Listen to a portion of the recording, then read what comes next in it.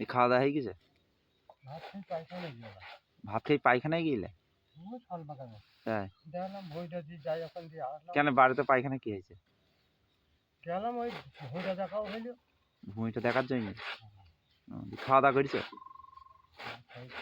কোথায় খেলে আজকে? খেয়ে দিয়ে চলে গেলাম পায়খানা। তাই? কে রান্না করলে আজ? কালকে রান্না করে তাই মাংস আজ করেই গেলে? খেয়ে নিলাম। 300 মাংস বলছো, কালা দাদের দিয়েছো, আবার তুমি খাচ্ছ। ভোরবেলাকে 5 মাংস নিয়ে সবই খাওয়া হয় না। 10 দিনে খেয়ে ফেলো তো। আর সেটা তো কথা নাই, খেয়ে দিতে একাই 1 কেজি মাংস খাওয়া যায়। তাই না? 2 পিস গলা ছিল। হ্যাঁ? 2 পিস গলা ছিল। ও আর এই হরবে ঘরটা ছিল। ও তাই দিয়ে খেয়েছি। এত করে ভাত ছিল। তাই? ভাত কেন দুটো করে বেশি করে না খেয়ে? খাওয়া যেত রাত্রে। শরীর খারাপ হয় খাওয়া যেত। থাকতো না। এই যে শুরু করলাম।